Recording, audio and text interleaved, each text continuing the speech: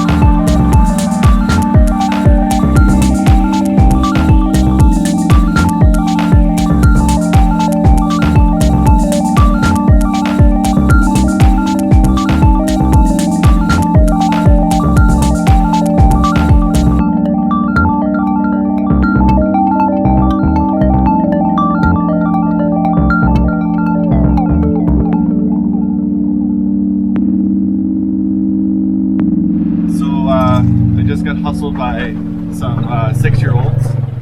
Yeah. They took me for all my dollar bills. Someone's a softie, and it's not me. Well, the first one I paid $2 for one magnet. Fridge magnet. It's Fridge beautiful, magnet. though. It is beautiful. And then the second one was giving me 2 magnets for $1, and that's when I realized I got hustled. And then what did you do with the last one? I just gave her $1. Yeah. I didn't even want a magnet. Just gave $1 for the last one.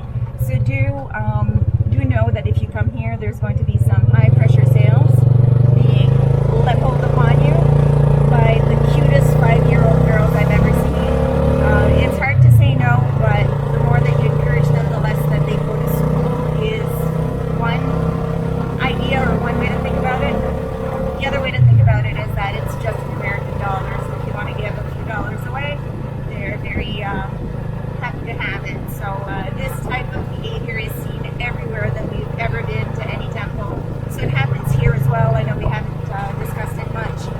Just be prepared for it, and it is what it is. I'm going to try to stay neutral on the subject. Great, lots of dollar bills.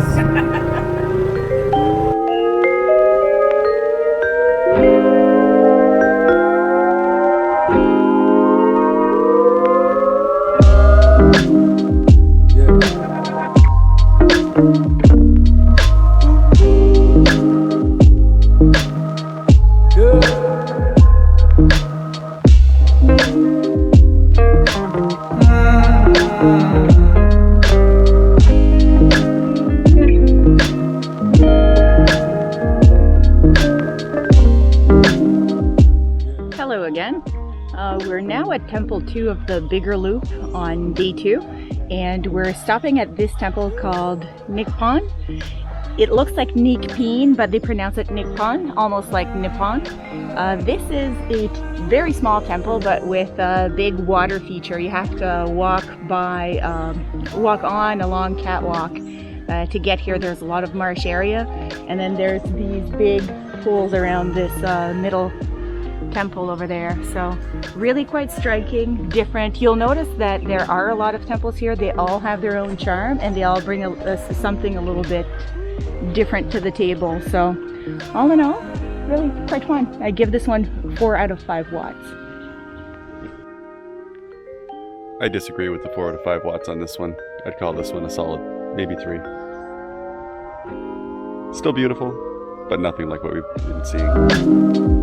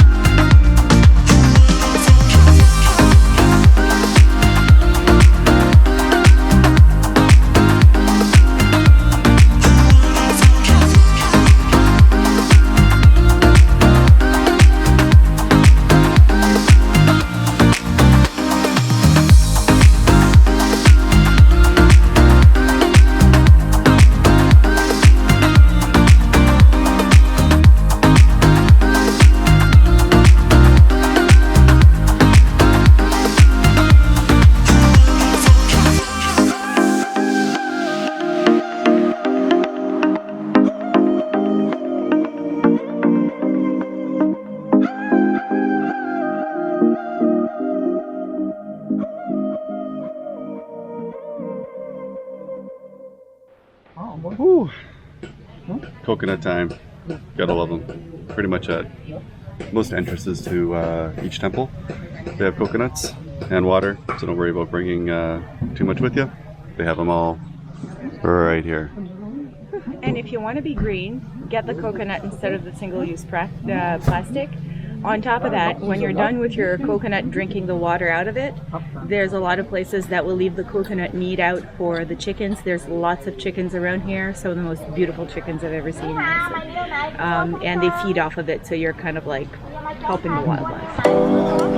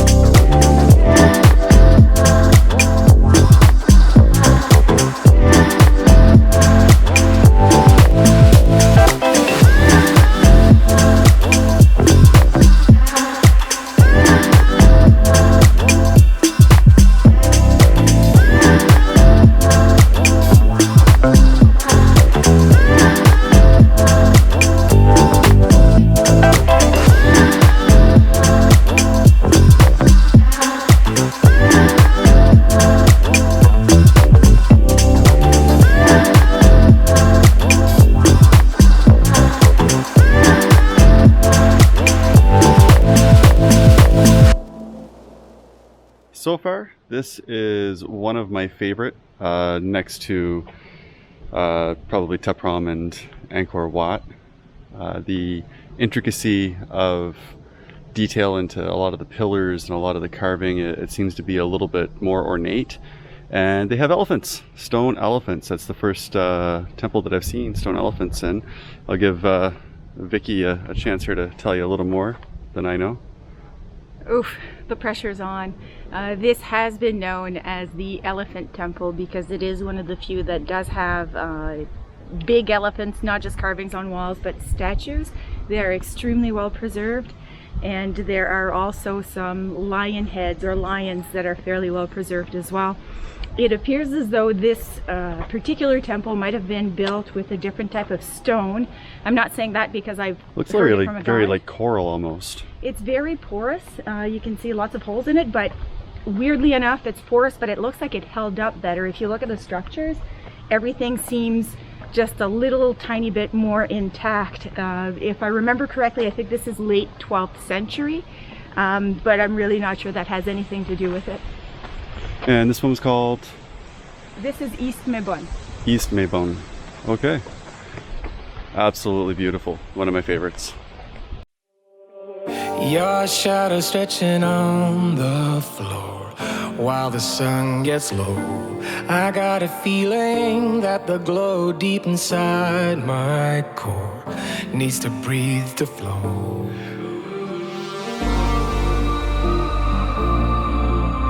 We push it right on through.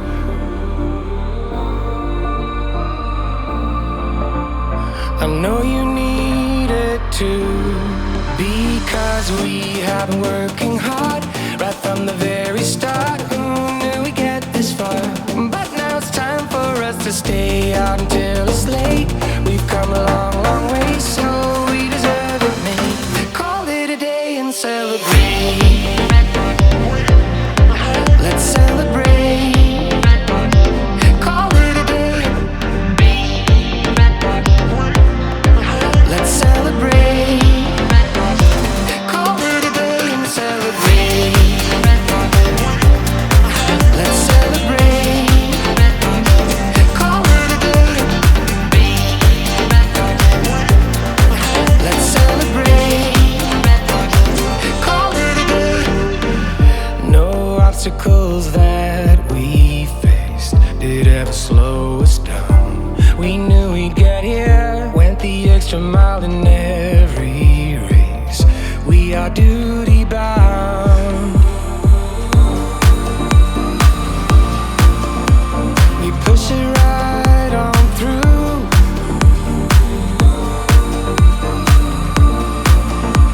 I know you need it too, because we have been working hard right from the very start. Who knew we'd get this far? But now it's time for us to stay out until it's late. We've come a long, long way, so we deserve it, mate. Call it a day and celebrate. Let's celebrate. Call it a day. Let's celebrate. Call it a day and celebrate. Let's celebrate. Call it a day. Let's celebrate. Call it a day. We give it our best, but sometimes we need to stop to see what we have assessed. I'm grateful about everything, because we have been working hard right from the very start. Who knew we'd get this far? But now it's time for us to stay out until it's late. We've come a long, long way, so we deserve it, mate. Call it a day and celebrate.